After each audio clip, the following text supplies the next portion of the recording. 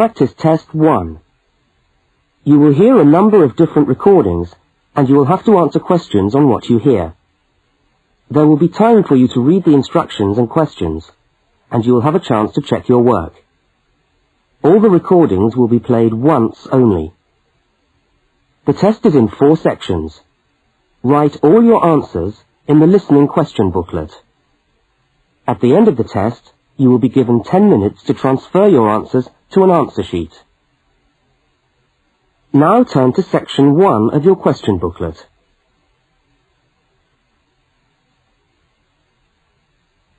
Section 1. You will hear a telephone conversation between a woman and a police officer. First, look at questions 1 to 5. For each of the questions, 4 alternatives are given. Decide which of the alternatives, A, B, C or D, best fits what you hear on the tape, and circle the appropriate letter.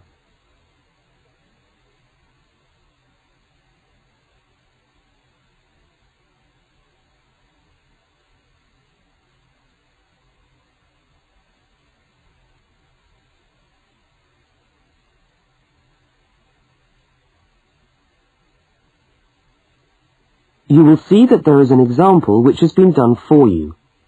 On this occasion only, the conversation relating to the example will be played first.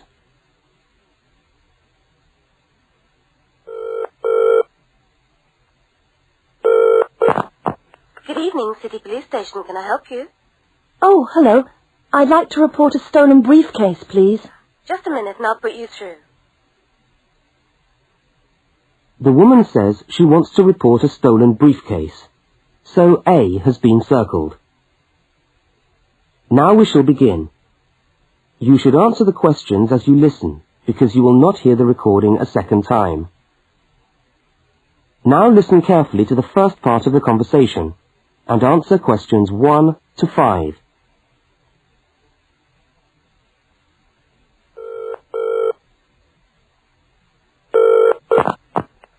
Good evening, City Police Station. Can I help you? Oh, hello. I'd like to report a stolen briefcase, please. Just a minute and I'll put you through. Lost property, can I help you? Oh, yes. I've had my briefcase stolen. Okay, I'll take some details. Tell me what it looks like, first of all. Well, it's a soft leather one, you know, not a heavy box type like a man's. And how does it close? It's got buckles at the front, 2 of them. They're gold-plated ones. Fine. Was it locked? No, I'm afraid not. Never mind. Any distinguishing features? Pardon? Any marks or badges on it that make it stand out? Only the brand name. And where's that? It's on the back, at the bottom in the left-hand corner. It's saggy. Oh, and there's a scratch. It's quite bad, but small, directly above the brand name. I did it recently, putting it on my bike. I've got that. So, what did you have inside the briefcase? Well, all my papers from college. It's so frustrating, but thank goodness for computers. I haven't lost them completely. Yes, you're lucky. I had my wallet in my pocket, so I didn't lose that. But there were also my pens, which I got for my birthday, and a novel I was planning to read on the train. Right. Where exactly did you lose the briefcase? Well, I couldn't believe it. I was standing on the platform. It was right next to me. You were holding it? I'd just put it down on the floor, but I could almost feel it beside me. I was watching for my train because sometimes it comes early, and then next time I looked, my briefcase wasn't there. And what time was this? It must have been about 5:20. No, a bit later. I'd say 5:30 because it was just getting crowded and the train normally comes at about 25 to 6. Before they continue their conversation, look at questions 6 to 10.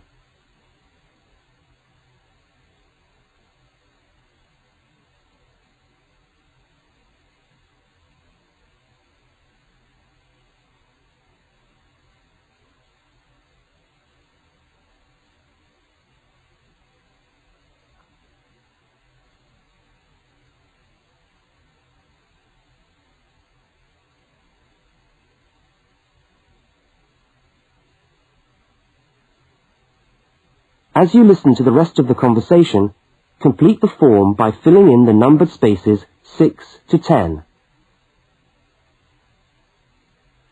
Right, if you'll just give me some personal details.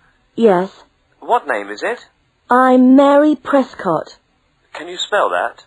Yes, it's Prescott.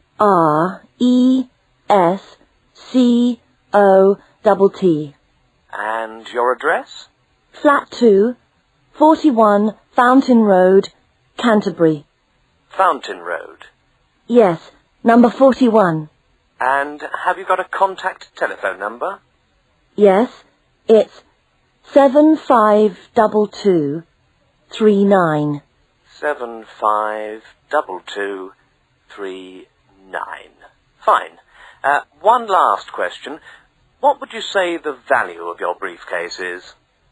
Including the contents? Yes. Just a rough estimate is fine. Oh, I'm not sure. Well, the briefcase itself is quite new. I bought it last month for £40. I suppose about £65.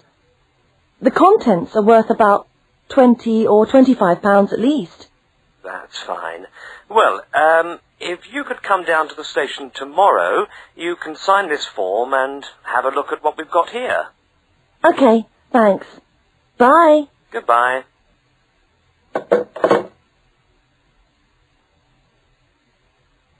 That is the end of section 1. You now have half a minute to check your answers.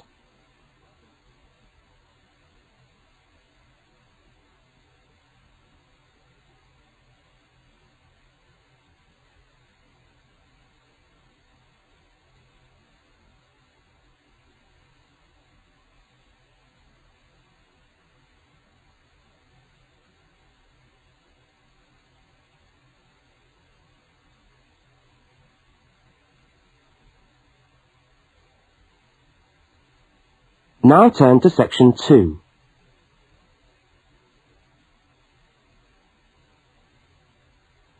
Section 2. You are going to hear a news report from an Australian radio program. First, you have some time to look at questions 11 to 13.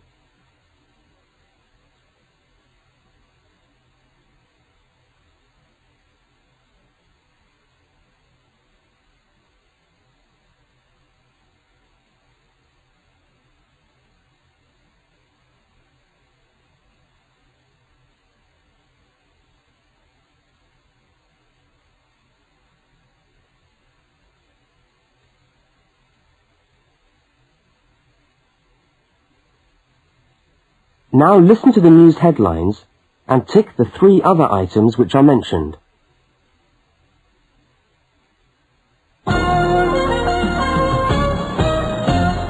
This is the 6 o'clock news for Tuesday the 25th of November. And first the headlines. The Prime Minister has promised to help the drought-stricken farmers in the northern part of the country who haven't seen rain for nearly 2 years. And in Sydney, a group of school children are successfully rescued from a plane which landed in the sea shortly after takeoff. Transport workers are on strike in Melbourne over a pay claim, and the strike looks set to spread to other states. And on a fashionable note, there's to be a new look for the staff of Qantas, Australia's national airline. Now you have some time to look at questions 14 to 21.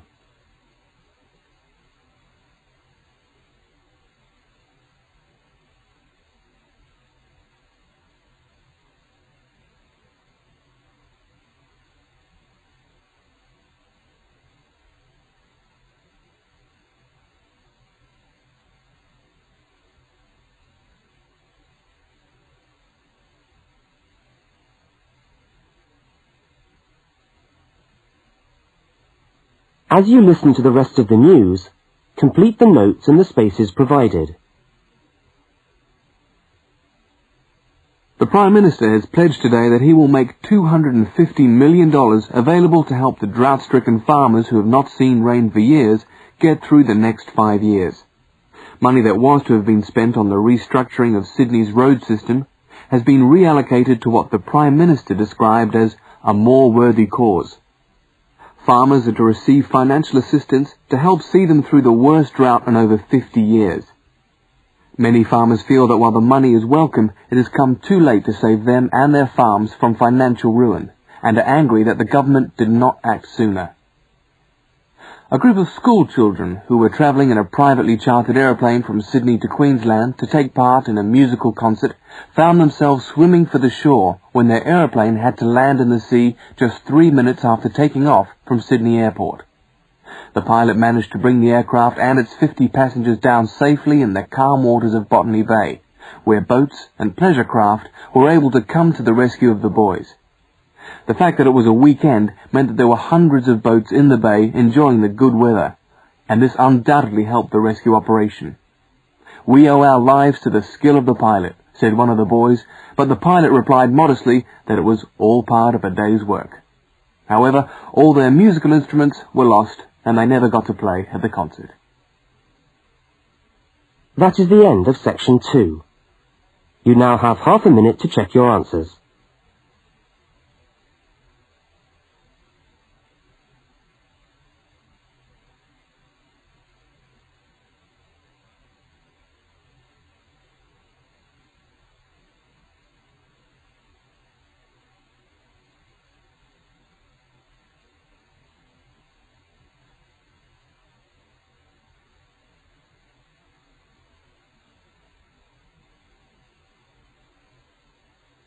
Now turn to section 3.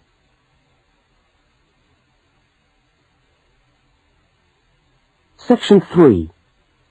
In this section, you will hear a conversation between a university student and a university lecturer.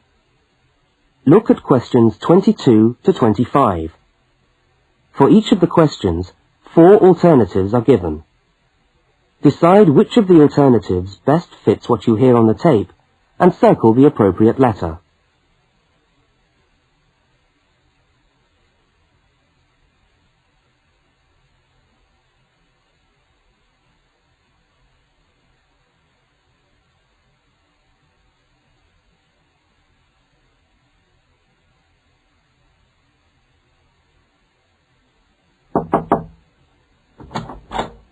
Hello.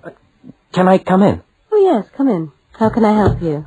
I was looking for the economics office. I've been all over the arts faculty building looking for it, but I could only find the School of Accounting and Economic History. Is this the right place? Yes, this is the School of Economics. Oh, good. I'm a new student, and I was wondering if someone could give me some information.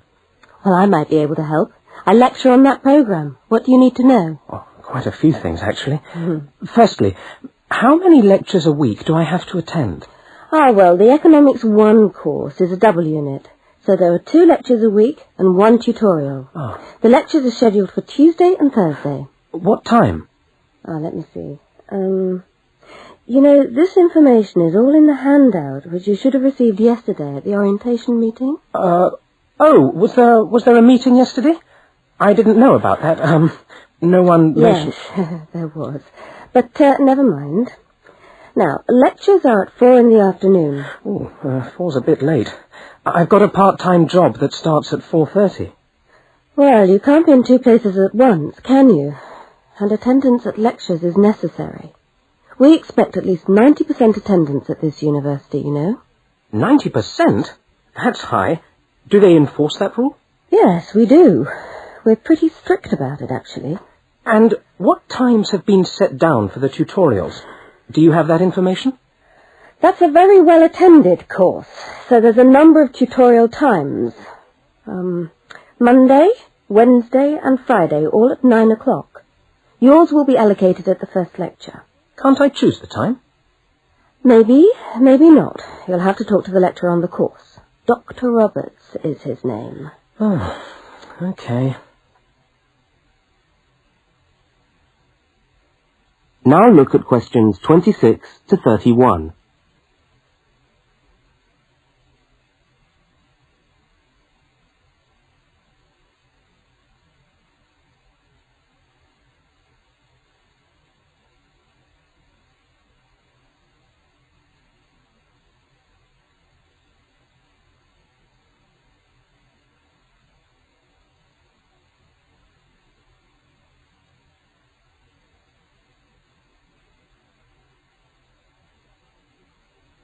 As the conversation continues, complete the notes in the spaces provided. Anything else I can help you with while you're here? Well, yes, actually. Do you know what the course requirements are? I mean, how much work is expected for this course? Well, you have to complete a tutorial paper. What does that involve? Well, it's a piece of work on a given topic based on some set reading texts. You'll have to give a small talk to your tutorial group. Oh, how long does that have to be? Oh, about 25 minutes usually. I have to talk for 25 minutes? Yes, that's right. And then you have to write up your piece of work and give it to the lecturer to be marked. Right. And is that all? No. You also have to complete a 3,000-word essay on a topic. Can I choose the topic? Yes, usually you can. Right. That shouldn't be too bad. And in addition to that, there is an exam. An exam? What sort of exam? Well, it's an open book exam. Does that mean I can have the textbook with me during the exam? Yes, that's right. And can you give me any idea about the content of the first year of economics, so that I can get into some reading? Well, you'll be getting the reading list next week when lectures start. All the books are in the library. Yes, but won't everyone else take them out as soon as they get the reading list too? Well, yes, they might. But most of the important ones are held in closed reserve. That's a part of the library where you can go to read books, but you can't take them out of the building. What did you call that section of the library? Closed reserve. However, we do recommend that you buy the core books. You'll find them useful and you'll need them for the exam. Yes, I suppose I will. But what is the focus of the course? Well, the course at this university has a vocational focus. That is, a focus on preparing its graduates for work. So we're orientated very much towards employment. Oh, so my chances of getting a job are good. Well, provided you get good results. Well, look, thanks for your time. You've been really helpful. That's fine. See you next week, then.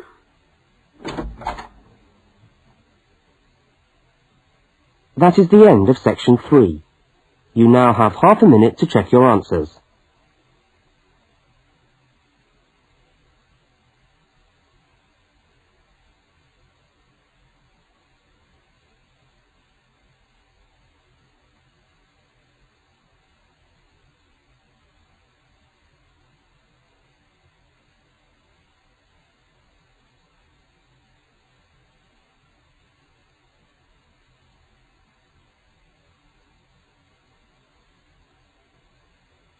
Now turn to section 4.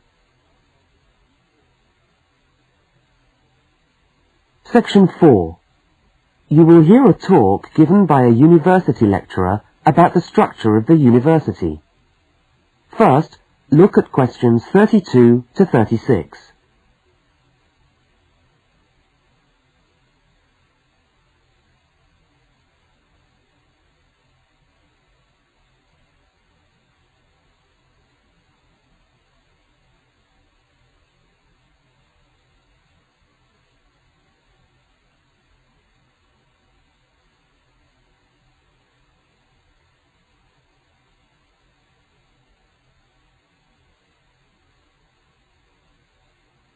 Now listen and answer questions 32 to 36.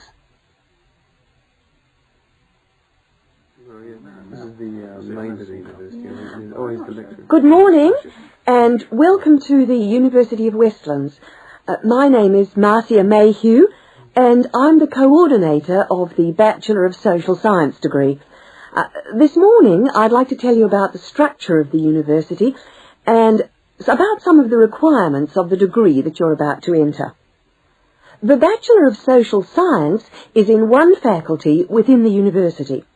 That is the faculty where I work, known as Arts and Social Sciences. Here on this campus we also have the faculties of Architecture, Law and Science and Technology, among others. It's important to know something about the structure of the faculty because as you go through your course, you may need to call on members of the staff to help you. At the top of the faculty, we have a dean, and below the dean, we have 3 divisions. Each division has a divisional head, and your degree is located in the Division of Social Sciences. Within each of the divisions, there are the departments, and each of these offers the different degrees. For instance, 2 of the departments which offer the major subjects for your award are sociology and psychology. Each has a departmental head, but for practical purposes, the people you are going to see the most of are myself as coordinator of the social sciences degree, and the actual lecturers who are teaching the subjects that you are taking. For instance, in the first semester, you'll be doing 4 subjects: psychology, sociology, history, and economics. If you have any problems or difficulties, not that I'm anticipating you will, but you never know, then you should go and see your lecturers. For instance, you may find that you can't meet a deadline for an essay, or perhaps you're having problems with attendance. These seem to be the 2 most common problems that students face.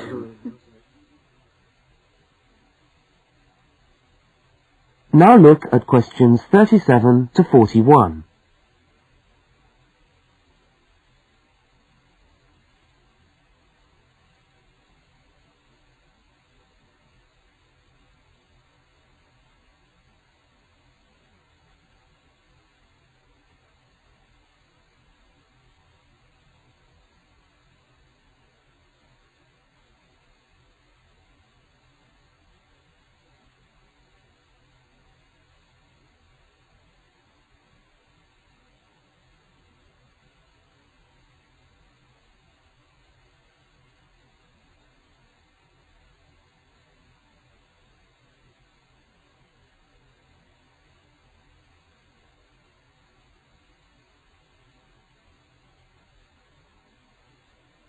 As you listen to the rest of the talk, answer the questions 37 to 41.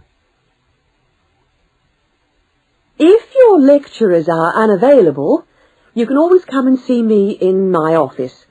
I'm available on Wednesday and Thursday mornings and on Friday afternoons. Outside these hours, perhaps you could ring the secretary and make an appointment. Now, you'll note that all of the subjects which you undertake in the first year are composed of lectures and tutorials. A lecture is about an hour long, and a tutorial usually runs for about 2 hours. A lecture is rather like what I'm doing now, where one person will talk to all of you together on a subject. Now, we do ask you to try to attend the lectures. A tutorial is perhaps where most of the learning occurs at a university. You will be divided into groups of between 12 and 15 students, and each week one of you will have to present a piece of work to the group as a whole, and then the group will discuss what you've said. It's this discussion, this exchange of ideas, which really constitutes the basis of university learning, in my view. Listening to lectures in many ways is just giving you information that you could access for yourself in the library. But the discussion at the tutorial is very important. This doesn't mean that you shouldn't go to the lectures, though. Other factors to be particularly concerned about are the structure of essays and delivery of written material. And in particular, I would like to mention the question of plagiarism. Plagiarism is taking other people's work without acknowledging it. That is, without saying where it comes from. Now, of course, all essays are based on research done by other people, but you must remember to attribute the work to the original writer. And while it's a good idea to work with other people, don't hand in work which is exactly the same as your friend's work, because we will notice. If you don't acknowledge the source of your information, then you run the risk of failing the subject, or in very serious cases, you might be denied entry to the university. Last but not least, stay in touch with us. If things are getting you down, don't go and hide. Come and talk to us about it. That's what we're here for. Right. Thank you very much for coming along today.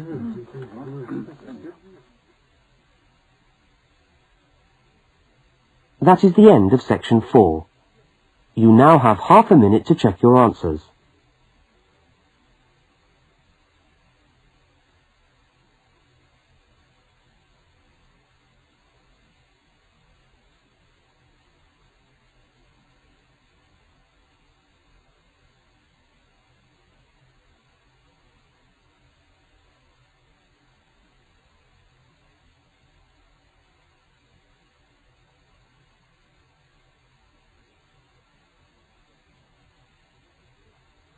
That is the end of the listening test.